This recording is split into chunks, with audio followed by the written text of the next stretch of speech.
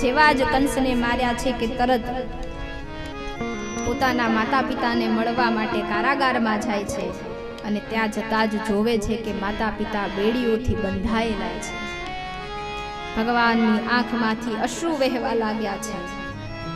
ભગવાનનું મન ભરાઈ ગયું છે કે હું ત્રિભુવનનો તાત હોવા છતાં મારા માતા પિતાની આ દશા. ભગવાન જલ્દીથી જઈને છોડાવે છે. આ બાજુ માતા દેવકી પોતાના દીકરાને આજે 11 વર્ષે જોઈ રહ્યા છે. 11 વર્ષ અને 52 દિવસ ગયા છે. માતાએ પોતાના દીકરાને જોયો છે. જન્મેલું નાનું શિશુ હતું અને ત્યારે જોઈ વસુદેવના ટોપલામાં મૂક્યું હતું. એ બાળકને આજે 11 વર્ષ ને 52 દિવસે મળે છે. બેઓની આંખમાં સામ સામે અશ્રુ છે. માતા ખોળામાં બેસાડી પોતાના દીકરાના ઉપર હાથ ફેરવે છે. મારા લાલ તું કેમ છે? એક માની મમતા આજે ઉભરાઈ છે. એ લાલાના ગાલ પર વારંવાર હાથ ફેરવે છે. બેટા તું કેમ છે? તને મારી યાદ આવતી હતી? લાલો કહે છે માં તમારી યાદ તો મને હર પળ આવતી હતી, પણ હું શું કરું, હું મજબૂર હતો. અને માં પોતાના સંતાન માટે સદૈવ સુખ દુઃખ કોઈ પણ સ્થિતિ હોય તેમાં તત્પર રહે છે. હરેક દુઃખને એ સહન કરી લે છે, પણ પોતાના સંતાન પર દુઃખ નથી આવવા દેતા. इस जहां में जीने वाले हर इंसान को इस बात को समझ लेना चाहिए कि इस दुनिया में हर चीज को हमें पाना होगा तो पैसा दे के मिल जाएगा, लेकिन माँ बाप एक ऐसी चीज है जो हमें खुद को बेच देने के बावजूद भी नहीं मिलेगी. उनकी कृपा, उनकी करुणा, सारे भक्त जो भी जा रहे हैं वो भगवान को लेने के लिए जा रहे हैं, क्योंकि आज भगवान की बारात आने वाली है. आज भगवान का ब्याह होने वाला है. तो सारे बच्चों को इस बात को समझना चाहिए कि माँ हो या पिता हो, कभी अगर कोई ऐसी चीज बोल दे तो उसे बुरा नहीं मानना, क्योंकि माँ बाप दोबारा नहीं मिलेंगे. आप किसी को चाचा बोल दोगे, किसी को काका, मामा, मासी, फुआ, कुछ भी बोल दोगे, लेकिन माँ बोलोगे जरूर. कोई कह भी देगा कि बेटा तू मुझे माँ कहना, लेकिन उस माँ में और अपनी माँ में फर्क है.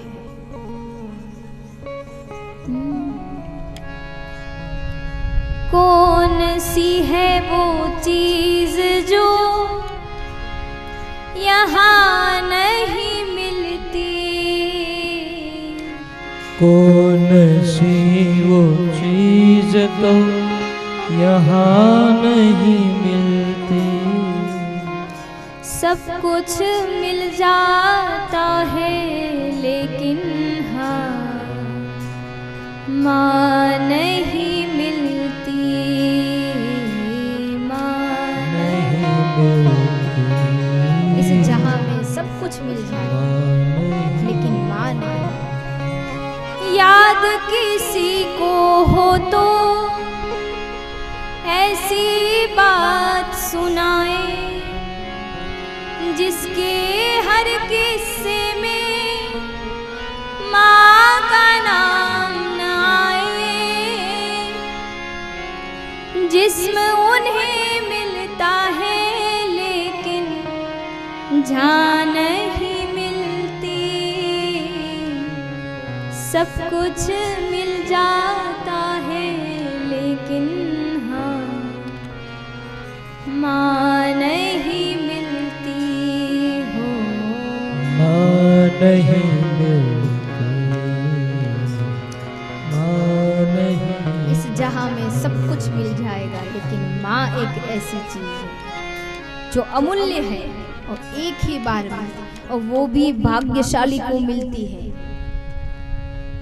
भगवान सबका भला करे, लेकिन इस संसार में कुछ ऐसे भी अभागे होते हैं जिनके जन्म से पहले या जन्म के समय माँ चल देती है. और उस बच्चे को क्या दुख नहीं पड़ता होगा,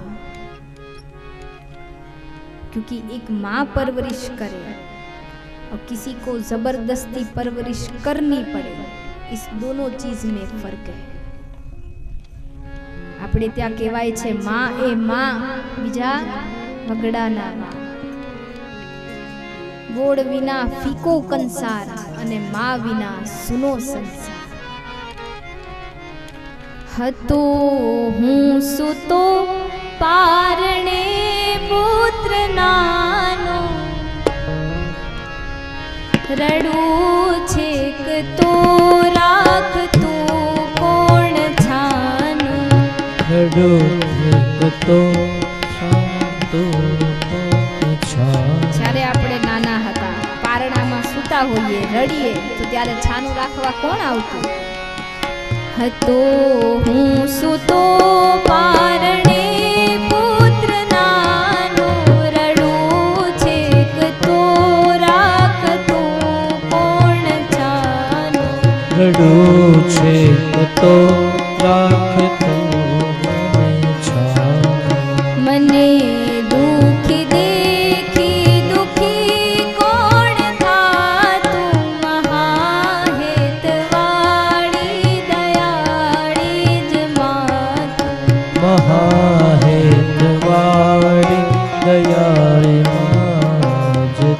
જ્યારે માને ખબર પડે કે મારા દીકરાના પેટમાં દુખે છે તો એને દુઃખ થઈ જાય કે આના માટે શું કરું કે આને જલ્દી મટી જાય, આને તકલીફ ન થાય। આપણા દુઃખમાં દુખી અને આપણા સુખમાં સુખી। સુકામાં સુડાવી બિને પોડી પોતે, પીડા પામુ પંડિત જે સ્વાદ તોતે। પોતે આપણે ભીનું કર્યું હોય છતાં આપણને ત્યાંથી લઈ લે। ભીનામાં એ શિયાળો હોય, ઉનાળો હોય કે ચોમાસું હોય, એ પોતે સૂવે અને સૂકામાં કોરામાં આપણને સુવડાવે કે મારા દીકરાને મારી દીકરીને ટાઢ લાગી જશે, એને શરદી થઈ જશે, એને ઊંઘ નહીં આવે, અને એ પોતે ભીનામાં સૂઈ લે, પોતાના બાળકને એ કોરામાં સૂવે। પીડા પામુ પંડે ત્યજે સ્વાદ તોતે। બાળકને પેટ ભરાવતા હોય માતાઓ તો કેળું ખાય તો બાળકને પણ શરદી થઈ જાય, એટલે પોતે કેળું ન ખાય, ઘી दूध न खाय, खीचड़ी भात न खाय। आ स्वादनो पण ए त्याग करे, क्यांक मारा बाळकने असर न थाय। मने सुख माटे कटु कोण थातुं, महाहेतवाળી दयाળી ज मातुं। महाहेतवाળી दयाળી मातुं।